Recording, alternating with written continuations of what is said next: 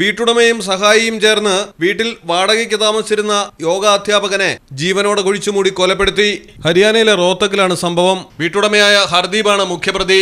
വീട്ടിൽ വാടകയ്ക്ക് കഴിഞ്ഞിരുന്ന ജഗദീപ് എന്ന യുവാവിന് ഭാര്യയുമായി അവിഹിത ബന്ധമുണ്ടെന്ന് അറിഞ്ഞതോടെയാണ് ജഗദീപിനെ തട്ടിക്കൊണ്ടുപോയി വയലിൽ 7 അടി ആഴമുള്ള കുഴിയെടുത്ത് ജീവനോടെ മൂടിയത്.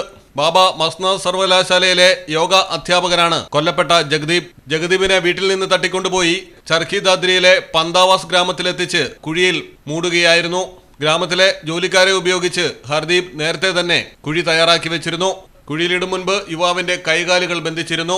ശബ്ദമുണ്ടാക്കാതിരിക്കാൻ ജഗദീപിന്റെ വായ് ടേപ്പ് കൊണ്ടൊട്ടിച്ചിരുന്നു.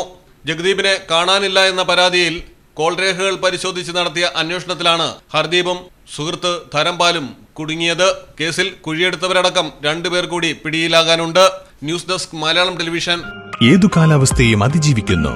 ഫ്രെയിമുകൾക്ക് അധിക ചെലവുകളില്ല. ഫിറ്റ് ചെയ്യാൻ വളരെ എളുപ്പം. ഇനി ഫെയർടാഗ് പ്രൊഡക്റ്റുകൾ ഉപയോഗിക്കൂ. സമയവും സമ്പത്തും ലാഭിക്കൂ. ഫെയർടാഗ് സ്റ്റീൽ വിൻഡോ ആൻഡ് ഡോർസ്.